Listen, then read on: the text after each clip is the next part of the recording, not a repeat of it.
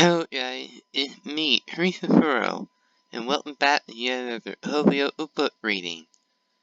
Today we're going to be looking at chapter 17, Something in the Mind.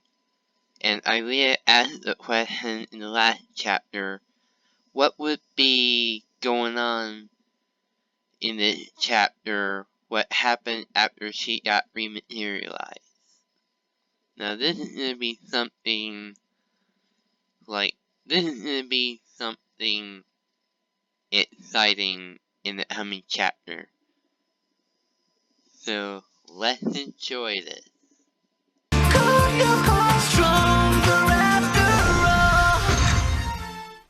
17 Something in the Mind, City of the Iron Tower, France. Some time ago, they began a short while after the scanners had rematerialized Elida into the real world. The strongest of headaches, taking her by surprise and leaving her breathless. Literally, breathless. The cause of these headaches was incomprehensible, and yet at the same time, utterly simple. Elida was still connected somehow or other to the virtual world of Lyoko. It still retained one trace of her. A painful memory. This inexplicable connection had been made dramatically evident when they had tried to extinguish the supercomputer. Elida had collapsed onto the floor, senseless. Lifeless. Back on. Jeremy, turn the computer back on, they had shouted in the darkness of the factory's underground installation. Once again, Jeremy pushed the master switch down into its on position. And on that day they understood a simple truth: the supercomputer could not be shut down. Because killing its power would also kill Elida. He had turned the issue over and over in his mind. Eventually he had concluded that the root of the problem lay in the girl's modified memory sectors, which he himself had deleted to allow her to escape Lyoko. An unbreakable connection, and a problem too complex for him to overcome. And then there was Xana. Even if they still did not understand who or what it was, beyond the fact that it was unpredictable and malicious, Jeremy had begun to suspect that the connection between Elida and Lyoko was somehow related to X.A.N.A.'s existence. But there were still too many mysteries, too many questions without answers. And a malignant, throbbing presence that overshadowed them and denied them a peaceful night's sleep. Up until that evening. The evening when everything changed.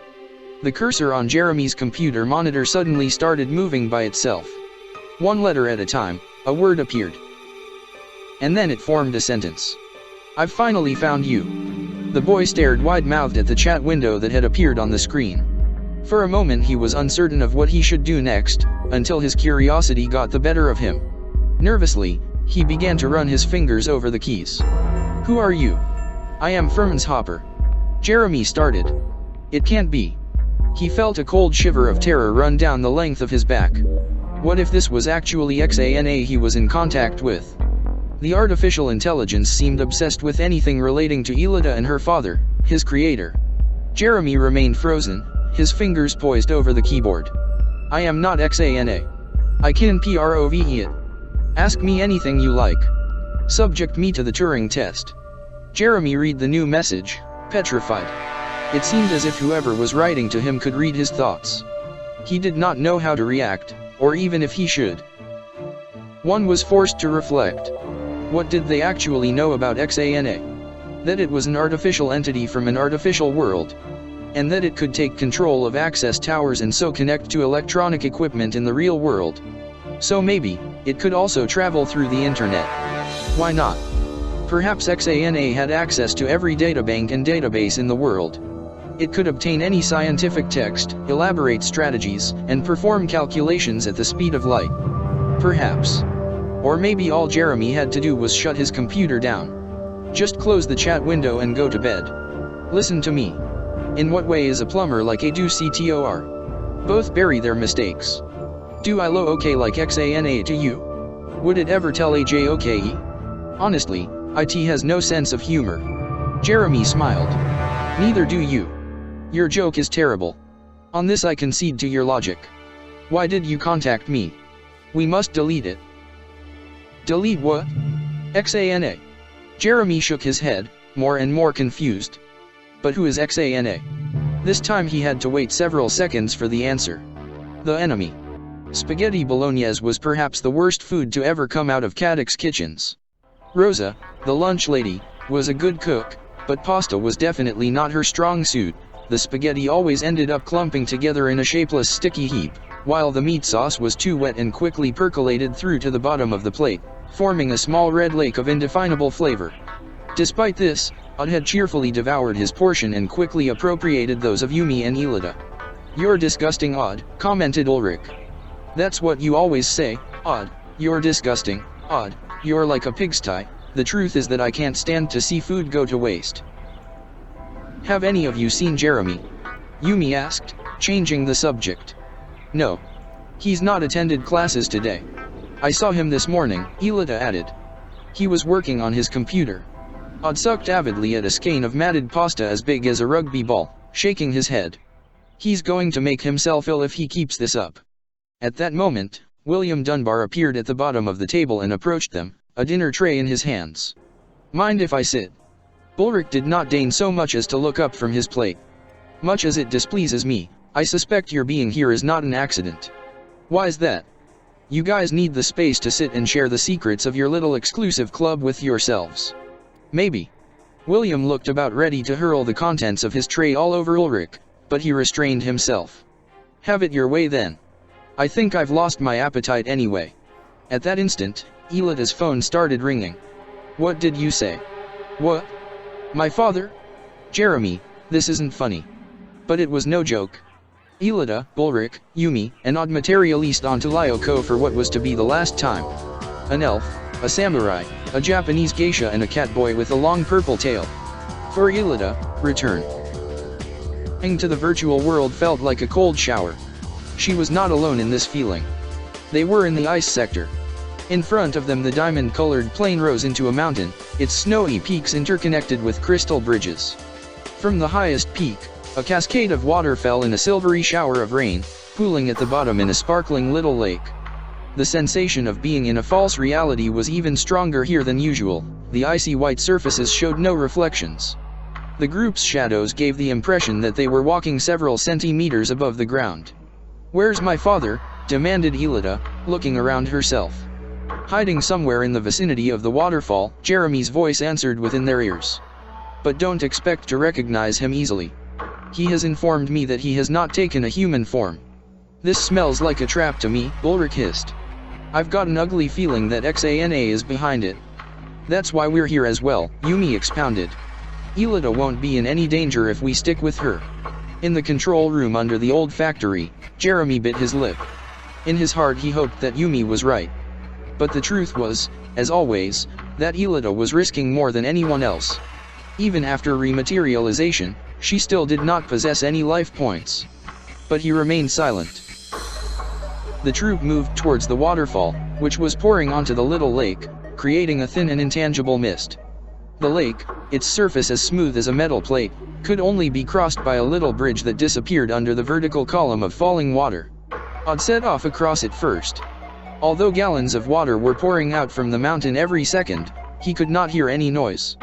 An eerie silence had settled across the ice. "What's behind the waterfall, Jeremy?" "The fifth sector. The core of Lyoko. The one without a name." "Right, the one without a name. And what's in there, in the core of Lyoko?" "I haven't the least idea." "Well, let's go. Stay on your guard, guys." About halfway across the bridge, Illida stopped. "You wait here. I must go on alone." "Have you lost your marbles?" Illida shook her head. "It's my father that's over there." "We're not 100% sure of that," Ulrich insisted. "No, I can feel it's him. And if that's the case, it might be better if we could speak in private." Yumi nodded. "She's right, boys. It's her life. This is her moment." Illida smiled, grateful. Then she turned to advance alone across the bridge, one step in front of another, while the ER3 watched her go, standing their ground with their weapons in hand. When Illida was almost right under the fall, she braced herself for the spray, but felt nothing. The water droplets were landing on her skin for a moment and then sliding off without wetting it. They were only an illusion. Hidden behind the waterfall was a low-ceilinged cave, its floor submerged under the waters of the lake. The bridge described a great arch over the silvery liquid. And there, at the highest point, hovering in midair over the surface of the lake, there was a bright sphere. Illida could not take her eyes off it, enchanted. It seemed to be alive, whirls and eddies of light pulsed within it, followed by millions of tiny explosions in all the colors of the rainbow. Elida. The sphere had spoken her name. Elida recognized that voice in an instant. Unable to hold back her emotions, she ran up to the edge of the bridge and stretched out her arm to try and touch it, but the sphere remained at an unreachable distance, a few centimeters beyond her fingertips. My little girl, you've grown so much. I am so very proud of you. Daddy, virtual tears, cold and tasteless, were running down the elf's face. I wish that we had more time, my treasure, continued the sphere. Time to explain things. Time for us. But time is a luxury I can't afford. He is coming. X.A.N.A, it's a threat to us all. We must destroy it. The girl nodded. We'll do it together, Daddy, I know we will. But it won't be easy. It will do everything in its power to stop us. Daddy, I've missed you so much. And you, my little dear. You can't imagine how much. Every moment since I was forced to leave you on your own, all these years I've done nothing but think of you and your mother Anthea. And our family. Elita was there, immersed in that unreal and aseptic environment, and with a knot in her throat that she hoped would never thaw. The being in front of her was only a sphere of light, but that voice, that warm, resounding voice, that was the voice of her father. And it had just spoken the name of her mother. A part of her wanted to scream, Daddy, please come and hug me. Who cares about XANA and all the rest of it? I need you. But another part of her had to know. Daddy? Where is my mother? She asked, her voice thin and weak. I don't know, my darling. But she is alive, and you must search for her. I've left something for you in the hermitage. It's hidden well, but I'm certain that you can find it. Why can't we find it together, Daddy? Because I myself no longer know where it is, not anymore. As time has gone by I have had to forget certain memories, so that he might not possess them. At a stroke, the sphere started and began to rotate on itself as its internal currents intensified. X.A.N.A, it murmured. He's noticed us. In the supercomputer's great control hall, Jeremy was sat immobile in front of the main screen, his hands resting on the keyboard. Around him the hall was immersed in darkness, illuminated at intervals by flickering bursts of bright light and inscriptions that caught fire and died like flashes of lightning. Jeremy would have preferred to not have eavesdropped on that long conversation. But the monitor showed him everything that took place on Lyoko, and in any case the supercomputer transmitted every uttered word and sigh directly to him. He was so absorbed in his thoughts that he did not notice a shadow moving furtively behind him, approaching his position at the workstation. Nor did he see a hand rise up behind his shoulders, clench in a fist, and then beat down on his fair-haired head.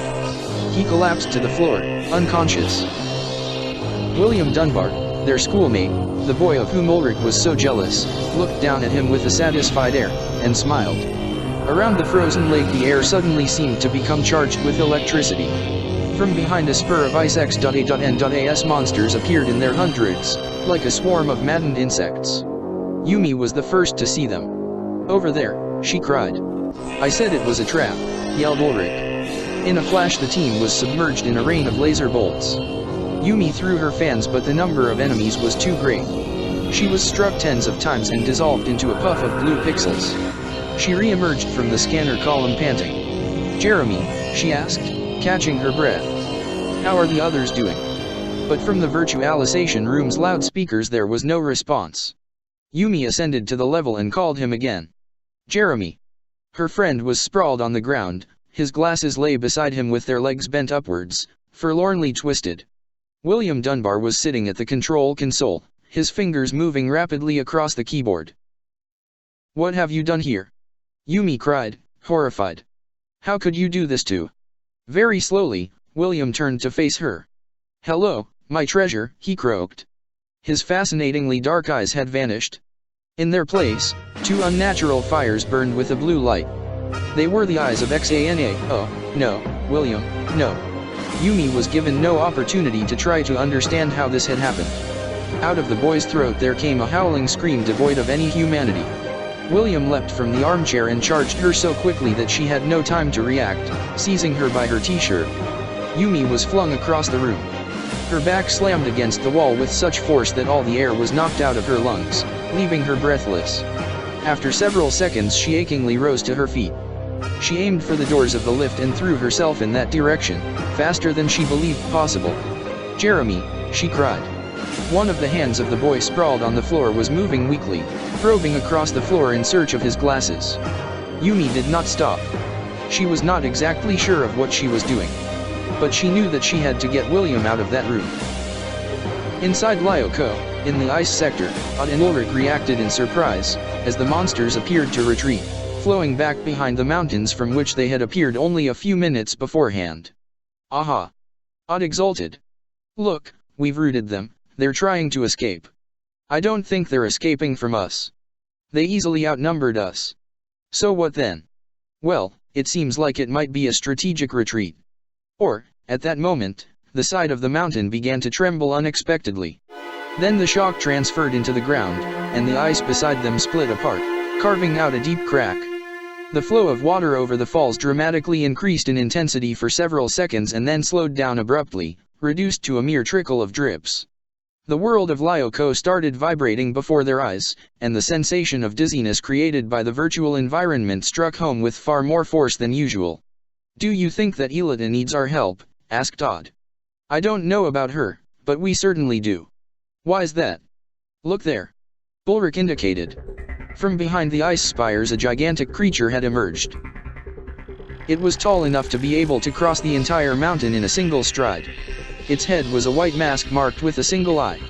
From the skull there sprouted black tentacles that resembled writhing dreadlocks. The colossus had human form, but the dimensions were incredible. It launched a punch against the flank of the mountain, a huge fragment of ice sheared off from the summit and crashed down into the lake, further widening the crevice that had been formed shortly beforehand. "Oh, crap," murmured Odd, feeling his knees begin to tremble. "Odd, Ulrich." Elida's voice drew their attention. The girl was running along the ice bridge towards them, followed by a sphere of light that floated in the air behind her. She reached them in a few seconds. "This is my father," she said, indicating to the sphere. "Oh, good day, Mr. Hopper," Odd greeted him politely. He had never before had the opportunity to converse with a kind of novelty chandelier. "Am I right in hoping that you can help us beat that giant monster?" "Perhaps," answered the sphere, leaving Odd and Ulrich with their mouths hanging open. "But it is something that we must do together." "How?" "I was hoping that Jeremy would have told you." "Yeah, well, he's not been saying much of late." The colossus took an immense leap forward. The impact of its huge feet on the ice was devastating. The crack became a chasm that ran between the legs of the giant. It raised its arms towards the sky. A moment later, it brought its fists down and struck them against the ground, throwing up a wave of silver water that abruptly transformed and dissipated into a dense vapor. "Follow me," said the sphere. "It wants to prevent Elida from being materialized." "You go on." Ulrich twirled his katana. The blade whistled through the air, casting reflections of blue light. "I'll try to distract it somehow." "Let's roll, Mr. Hopper," yelled Odd, turning to the sphere. "Wherever you go, we'll follow." The colossus unleashed another fist, and this blow drove the chasm as far as the lake, which trembled in protest as its waters began to drain away, spilling into the digital void that lurked beneath Lyoko. The sphere dived into the chasm, followed by Odd and Elida. They landed immediately on a square platform of smooth rock, suspended in an endless abyss. On the computer display under the old factory, superimposed over the core sector of Lyoko, which up to this point had remained blank, a name appeared. Carthage. It was the name of a city. A city without dimensions, composed of an infinite number of blue blocks and smooth, regular surfaces, each aligned and arranged beside the others with an almost painful, frightening precision. Hundreds of manta monsters were darting in each direction, gliding in the digital sky on great fins shaped like wings. They each had a long snout with two little mobile horns and a wide, flat, milky body. As soon as they noticed the intruders, they screeched an acute cry and began to converge on their position, firing clouds of lasers upon them. Odd, Elida, and the sphere escaped under the crossfire, while the city of blue blocks seemed to infinitely shift and reconfigure itself beneath them. They found a second platform, and then a third, and ran at breakneck speed until they ran out of walkway. There was nowhere else to go. It was if they had arrived, simultaneously, at both the center and the outer edge of the city. In front of them there materialized an undulating display, frameless. "It's up to you now, Elida. You must install the program," the sphere ordered from behind their backs. Which program? Jeremy knows. Jeremy. Send me the data. Jeremy, she screamed, raising her eyes to the sky. But there was no answer. Odd was vaulting back and forth on his agile legs, his outstretched wrists firing laser arrows in all directions in a desperate attempt to protect the girl. Fortunately, the monsters were seemingly ignoring the two children, and were concentrating all their efforts on the sphere, which floated immobile in the air, attracting swarms of the creatures like flies. Little by little their numbers were growing. Jeremy. Elida screamed again in despair. I need the program. Please now. Here I am, murmured Jeremy's voice, as if reemerging from beyond the brink of the abyss. Where the heck have you been? There's been some complications. William, this isn't the time for a chat. Odd screamed. Jeremy, send this damn program. And you, Mr. Hopper, you've got to get away from here, you're too easy a target. The program, replied the sphere. Don't worry about me. Think of the program. Elida placed her hands on the screen, and within a few seconds she had loaded the software sent by Jeremy onto Lyoko's memory. That's it, she announced eventually, lift her hands away. But things were not going to be so easy. The girl examined the fluctuating screen. I've installed the program onto the system, Jeremy, but it won't run. It's giving me an error message. It's not an error, the boy stated. The supercomputer doesn't have enough processing power to execute the program. So can you explain me what purpose installing it served? Screamed Odd, who was still fighting furiously against multiple flying mantis. He was exhausted, like they all were. They were pitting themselves against an indomitable force, potentially infinite. Where can we get additional power from? Me, said the sphere. You can get additional processor capacity from me. Yumi was on the old factory's first floor, at the point where the metal balcony passed through the entryway onto the iron suspension bridge. The situation could not be described as cheerful, not at all. William was acting like a madman. And he was now superhumanly strong. While she ran along the factory's iron balconies, Yumi could feel the fear pressing in on her. Here in reality, she had no life points, nor her razor-sharp Tesson fans. What's more, she was still hurting badly from being thrown against the wall. Another blow like that would definitely knock her out. She could not fight him. But she could try to keep him away from the control room.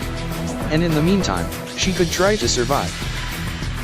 She slipped between two bulkheads covered in rust, alert to any suspicious sound or movement. But evidently, not alert enough. William came out of nowhere, like a ghost, and grabbed her by the base of the neck. Yumi tried to wriggle free, but her tennis shoes slid on the cement floor without finding purchase. Her hands groped for something. Help, she whispered weakly. Holding her by the throat, William drew her to him, ready to hurl her against one of the factory's brick walls. Then, he seemed to change his mind. His face contracted into a derisive sneer. His eyes, in which the XANA symbol shone, flickered as if due to interference. Yumi felt him lift her upwards and realized that her shoes were no longer touching the ground. William swung her towards the gap, over the balcony's railing. It was at least a 5-meter drop. He was going to throw her down. Odd had learned that there was a limit for everything.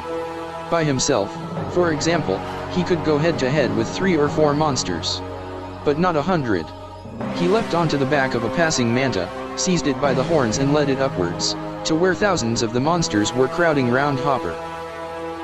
The manta swerved, trying to throw him, but Odd braced his feet and refused to let go of his catch. "You damned monster," he cried. Forcing it to rear up, he managed to take out a second and then a third monster. Then he saw only the first glimmer of a laser bolt as it was fired and struck him right between the eyes. Wham! A mechanical door slid to one side and Odd found himself in the scanner hall. "Yumi? Jeremy," he panted distraughtly. "Odd, are you back?" It was Jeremy's voice. He seemed frightened. "Run, quick. Yumi's on the level above me, and William Dunbar's there with her." "William Dunbar? And what's he doing here?" "It's not really William. It's XANA. And he's trying to kill her." "Oh, shit." Odd sprang forward, not needing to say anything else. His heart was beating in his chest to an infernal rhythm, but he tried to ignore the deafening throbs. He staggered across to the lift, called it, and then pressed the red button that would take him up to the factory's ground floor. Up he went. Once above, he tried to make sense of where he needed to go. Disorientated, he looked around, retching at the stale odor of the dust. Then he heard something. A low moan. In the corner of his eye he glimpsed a movement, and turned to look in that direction. William was standing atop a scaffold. He was holding onto something, dangling it over the chasm. "Hey, wait a moment. That was Yumi." "No." Odd cried instinctively. William saw him, directed a sadistic smile at him, and then let go of Yumi. Without thinking, Odd threw himself into a leap and dived in that direction. On the fringe of the frozen lake, which by now had decompiled into myriad fragments of code, Ulrich was still sparring with the Colossus. More accurately, he was running away from the monster with his tail between his legs. But that strategy did not seem to be working. He had to come up with something as soon as possible. He decided to crouch down amid the broken ice that surrounded him, waiting expectantly. Then he felt the heavy, resounding steps of the Colossus, made a prodigious forward bound and forcefully drove his sword into the back of the monster's foot. Using the weapon as a handhold, he allowed himself to be carried along. The giant seemed unperturbed. It completed its step and shattered the last remnants of the silver lake. Ulrich clung to the hilt of the sword with all his strength. He managed to free the blade from the foot of the giant and jumped up again. This time he transfixed the sword in the center of the monster's thigh. He went up again.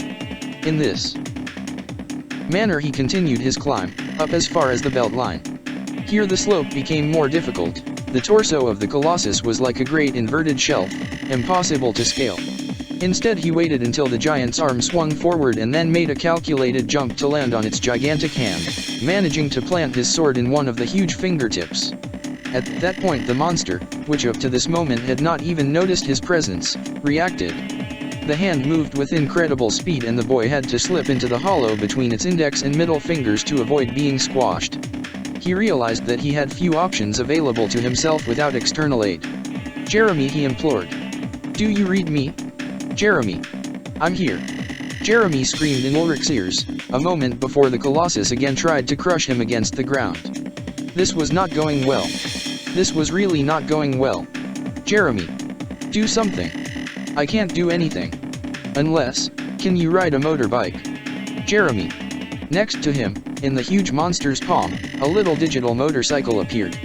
The grip had loosened enough that Ulrich was able to slip out from between the fingers. He jumped onto the motorbike, threw his weight onto his wrists and hit the accelerator. He rose along the slope of the thumb and dived into the gap beyond the nail.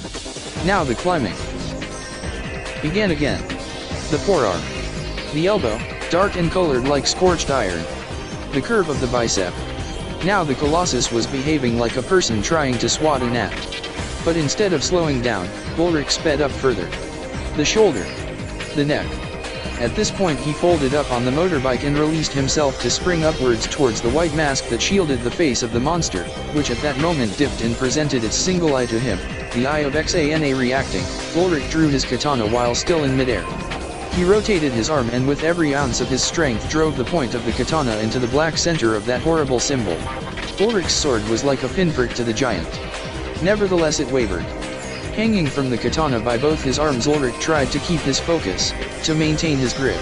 His teeth gritted. He pulled himself up and around with the strength in his arms, until his feet were supported against the smooth surface of the mask. Then, he pushed the katana in up to the hilt. The Colossus felt that blow. It swerved sharply to one side and Ulrich found himself hurled into the air, a broken half of his sword in hand, falling towards the ground. He curled up into a ball, did a somersault and landed on his feet. The violence of the impact caused his teeth to snap together with enough force that for a moment Ulrich thought they had broken. But instead, he found himself to be completely whole, including his teeth. He had no time to express his amazement. Quivering rapidly, the monster collapsed on him and disintegrated him. "Mr. Hopper," called Jeremy from his station. "We need that processing power, right now." "I am ready, Jeremy," announced the sphere. "The last port is open." "Daddy, what do you mean?" begged Elida. "What power are you talking about?"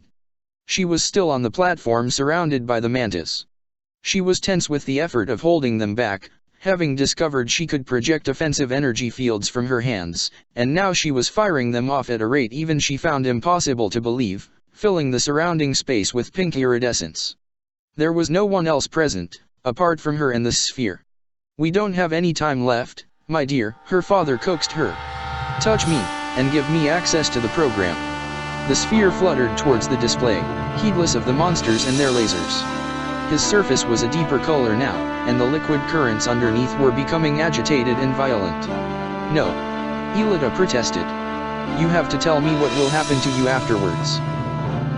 Ellida, stop it. Don't be foolish. Now touch me. The girl lowered her hands and stepped back. The mantis showered down a hail of lasers on the sphere, while the light inside grew darker and darker, until it became a deep and midnight black. Hopper. Ellida. Your program is losing stability. There's only 40% left. Jeremy calculated, fearful. 30, 20, Ellida approached her father. Daddy, don't go, she murmured, crying. A manta fired off another shot and she hesitated, seemingly losing consistency. Then she leaned against the sphere with the whole of her body. She embraced her father. For a moment, she felt between her arms a person of flesh and blood. Ellida. Jeremy cried. Mr. Hopper. The sphere dissipated. No explosions, no noise. As if it had never existed. A dense wave of liquid energy poured through the city of Carthage. And then, it spread to the other sectors of Lyoko, flowing in each direction. An unstoppable tide. It flooded the mountains, the digital trees, the rocks of the desert sector and the frozen lakes. It was a tidal wave that was hunting Xana down, following its tracks and traces. The white liquid became a mass of tentacles that were released in search of new fragments, possible new hiding places. All the Lyoko monsters, as soon as they were touched by the liquid or the tentacles, dissolved one by one into colorful bubbles. But they were unimportant, only the little fishes. When it was finally overcome by the sea of energy, Xana let loose a scream of rage and frustration, while his digital body was destroyed piece by piece. In the old factory, William too let out a howl of pain, bending over until he was doubled in on himself. His head tipped towards the ceiling and from his wide-open mouth there gushed a dense smoke, black as pitch, which twisted into wide circular coils, before disappearing into nothingness. William Dunbar fainted. Several meters beneath him, Odd was holding Yumi gripped in his arms. He had managed to save her at the last second, breaking her fall with his own body, after William had hurled her down from the scaffold. Are you all right? He asked her. Yes, and you? Odd nodded, laughing. Aside from a few dents and bruises, you should consider going on a diet. Odd, Yumi, Ulrich and Jeremy. They all stood firm, in silence, in the scanner room. They were waiting for the doors of the final booth to open and return Ellida to them. Jeremy's heart was hammering in his chest and behind the thick lenses of his glasses his eyes were red with emotion. And finally, there she was. Ellida staggered out of the scanner. She looked at them one by one, and then took a step towards Jeremy, her face scoured by tears. He's dead, isn't he? My father. Nobody answered her. Instead, the four children drew near to her, all together, and wrapped her in a silent hug. That chapter was kinda long. Another half-hour video of a chapter. It was kind of reminiscent of Fight to the Finish, the finale, the quote finale of season 4 of Lyoko. And yeah, William gets brought back into the whole thing, and again, like its own retelling of what happened, but brought in with a little bit more emotion. And I'm kind of surprised.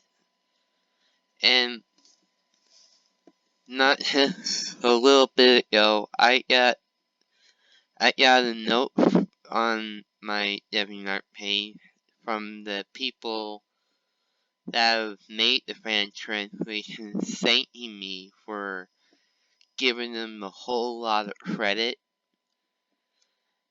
and that they've been working hard on it. And I gotta say, thanks back. Thank you, the whole team that has made the fan translation. Otherwise, I would not been able to read them. That I've enjoyed reading this. I've enjoyed reading the fan translation and being so super excited about this. And I just hope that the other books are going to be so more engaging. So, thank you, all of you who've been with me on this whole trip. I'll continue to enjoy this Holyoke book reading. Continue to enjoy this for all it's worth. And yeah, and as usual, I'll put the link in the description so you people can look into where you can find the translation of the French and Italian books into the description and onto holyoke.fr. Yeah, this page here. And I did not mean to make this whole thing without even credit. It would be a whole big crime to not thank the people that have given light to this whole big thing. And as a YouTuber, I'm only doing what I can to give credit where credit should be due. And I hope in the next chapter it'll wrap up the book. So, thank you guys so much. And I'll see you all in the next video. Goodbye.